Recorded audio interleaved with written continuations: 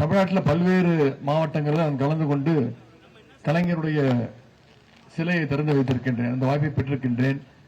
இருந்தாலும் இந்த நிகழ்ச்சி என்னுடைய வாழ்நாளில் மறக்க முடியாத ஒரு நிகழ்ச்சியாக அமைந்திருக்கிறது. கலைஞர் பிறந்த இந்த தஞ்சை மாவட்டத்தில் கலைஞருடைய சிலையை திறக்கின்ற வாய்ப்பை இன்றைக்கு நான் பெற்றிருக்கின்றேன். வாய்ப்பளித்த மாவட்ட கழக செயலாளருக்கும் மாவட்ட அமைச்சர்களுக்கும் ஒன்றிய செயலாளருக்கும் மாவட்ட நிர்வாகத்துக்கும் முதல்ல என்னுடைய நன்றியை நான் தெரிவித்துக் கொள்கின்றேன். இன்னைக்கு கலைஞருடைய சிலையை தமிழ்நாடு முழுக்க நாம திறக்கிறோம்னா கலைஞருடைய கொள்கைய கலைஞருடைய சாதனைய தமிழ்நாடு முழுக்க கொண்டு போய் சேர்க்கிறோம்னு அர்த்தம். கலைஞர் அவர்கள் ஒரு வரலாற்று பதிவு. அவர் செஞ்ச சாதனையை யாராலும் முறியடிக்க முடியாத சாதனைகளை செஞ்சவர். இன்னைக்கு தாய்மார்கள் இந்த நிகழ்ச்சிக்கு இவ்வளவு பேர் கூடி வந்திருக்கிறீங்க, எழுச்சியோடு வந்திருக்கிறீங்க, மகிழ்ச்சியான முகத்தோடு வந்திருக்கிறீங்க. பெண்களுக்கு தன்னுடைய ஆட்சி நடக்கும் போதெல்லாம் தாய்மார்களுக்கு மகளிருக்கு பார்த்து திட்டங்களை செஞ்சவர் தான் முத்தமிழ் டாக்டர் கலைஞர் அவர்கள். பெண்களுக்கு சொத்துல சம உரிமை கொடுத்த முதலமைச்சர் நம்முடைய கழக தலைவர் அவர்கள் டாக்டர் கலைஞர் அவர்கள். பெண்களுக்கு காவல்துறையில பணியிடம் அந்த வாய்ப்பை கொடுத்தது இந்தியாவிலேயே முதலமைச்சர் முதல் தலைவர் டாக்டர் கலைஞர் அவர்கள். அவர் வழியில இன்னைக்கு நம்முடைய தலைவர் அவர்கள் பெண்களுக்கு ஒவ்வொரு திட்டத்தையும் பார்த்து செஞ்சுக்கிட்டு வர்றார்.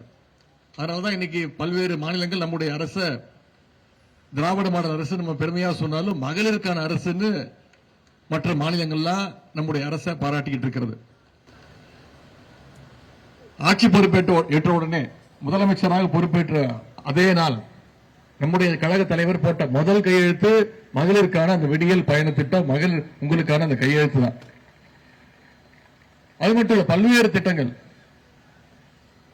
பெண் குழந்தைங்க பள்ளி முடிச்சிட்டு கல்லூரி படிக்கணும்னு அப்படி அரசு பள்ளியில படிச்சு எந்த கல்லூரியில் போய் சேர்ந்தாலும் அவங்களுக்கு கல்வி ஊக்கத்தொகை புதுமை பெண் திட்டம் மாசம் 1000 ரூபாய் நம்முடைய முதலமைச்சர் அவர்கள் கொடுக்கிறார்.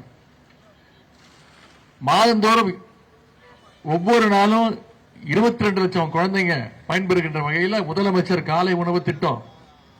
இதற்கு எல்லாத்துக்கும் மகுட வச்ச மாதிரி நம்முடைய தேர்தல் அறிக்கையில நம்ம சொன்ன வாக்குறுதி கலைஞர் மகளிர் உரிமை தொகை திட்டம். இன்னைக்கு ஒவ்வொரு மாசமும் 1,30,00,000 மகளிருக்கு மாதம் 1000 ரூபாய் ஊக்கத்தொகையாக மகளிர் உரிமை தொகையாக நம்முடைய அரசு வழங்கிட்டு இருக்கு.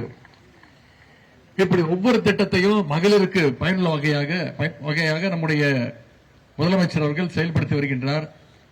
இங்கு வந்திருக்கக்கூடிய மகளிர் உங்களிடத்தில் நான் கேட்டுக்கொள்வது, நம்முடைய ஆட்சியை தொடர வேண்டும்.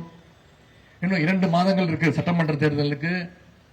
நிச்சயம் 10 நாட்களுக்கு முன்பு இதே தஞ்சை மாவட்டத்தில் ஒரு மகளிர் மாநாட்டை ஒட்டுமொத்த இந்தியாவுமே வியந்து பார்க்கிற அளவுக்கு ஒரு எழுச்சியான மாநாட்டை நீங்க நடத்தி காட்டினீங்க. அப்பவே இந்த தஞ்சை மாவட்டத்தில் இருக்கக்கூடிய அனைத்து தொகுதிகளிலும் நாம உதயசூரியன் வெற்றி பெறப்போவது உறுதி.